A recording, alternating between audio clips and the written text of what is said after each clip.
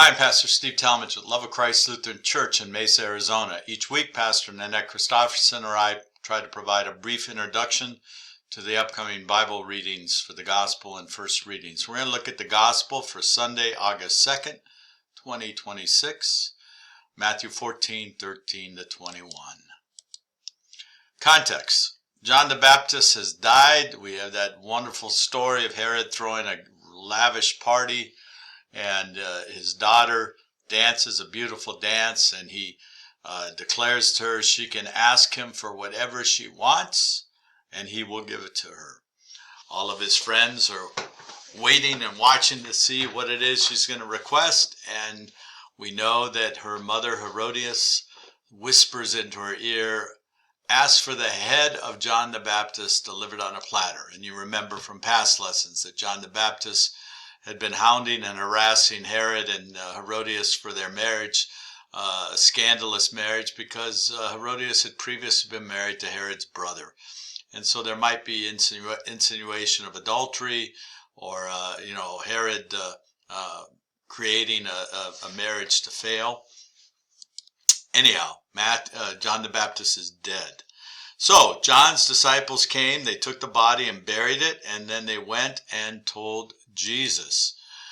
We know that Jesus experiences grief, and it's important for us. Jesus, as our confession, is both fully human and fully God, fully divine. He knows and understands what it's like to lose people he loves. So what types of reaction have you felt when you discovered a loved one has died, particularly if that loved one died unexpectedly or in a horrible, tragic way? What type of reactions have you known, when there's been a violent death? This is what Jesus is reacting to. This is a horrible way. Beheading.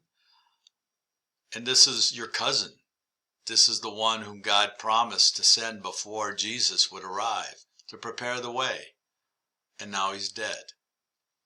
Verse 13. Now when Jesus heard this, he withdrew from there and abode to a deserted place by himself.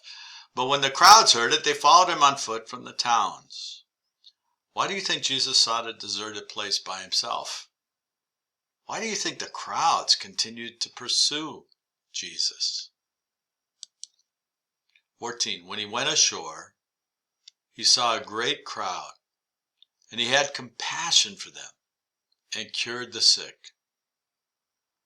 When has caregiving gotten in the way of processing your grief? I think of the stories, the numerous stories out of the pandemic, where healthcare workers just were overwhelmed and burned out, not just by the volume of people coming into the hospitals, but the emotional pain of seeing people suffer in isolation from the people they love.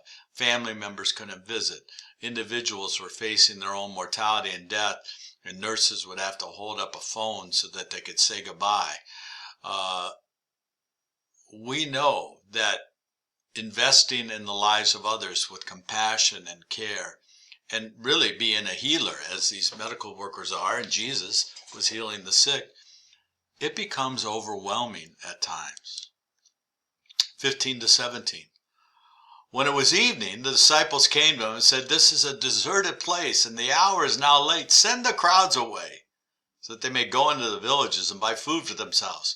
Jesus said to them, "They need not go away. You give them something to eat." They replied, "We have nothing here but 5 loaves and 2 fish. This is a familiar story. We know this story from the other gospel accounts. What excuses do we find ourselves offering that reflect when we're in the face of a situation that we really don't trust in God's provision? How many times have we seen what we lack versus what is there? How many times have we failed to remember that God is with us on this adventure of life, this adventure of faith? 18 to 19. And he said, "Bring them here to me." Then he ordered the crowds to sit down on the grass. Taking the 5 loaves and the 2 fish, he looked up to heaven and blessed and broke the loaves and gave them to the disciples. And the disciples gave them to the crowds. As you hear these words, where do you hear those words highlighted in our life together as a Christian community, as a congregation? Maybe some of you caught it right away. When a pastor's presiding over Holy Communion, they take the bread, they look up, they give thanks, they break it, and then they give it to all to eat. This is a grace meal. This is a holy sacrament almost being offered to the crowds as Jesus models to his disciples. We take what we have been given, and God always provides enough. Verse 20. And all ate and were filled, and they took up what was left over of the broken pieces, 12 baskets full. What do you think Jesus is trying to teach his disciples in this dramatic feeding event?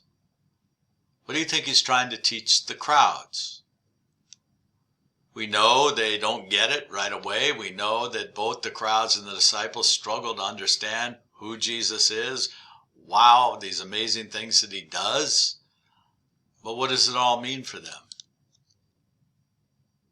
Verse 21, and those who ate were about 5,000 men, besides women and children. Think of that. A couple of fish and 5 loaves of bread, feeding over 5,000 men plus women and children. What's Matthew trying to teach his community, his congregation? What's God, through the inspiration of the Holy Scriptures, trying to teach you and me in this 21st century world? How have we experienced God providing more than enough?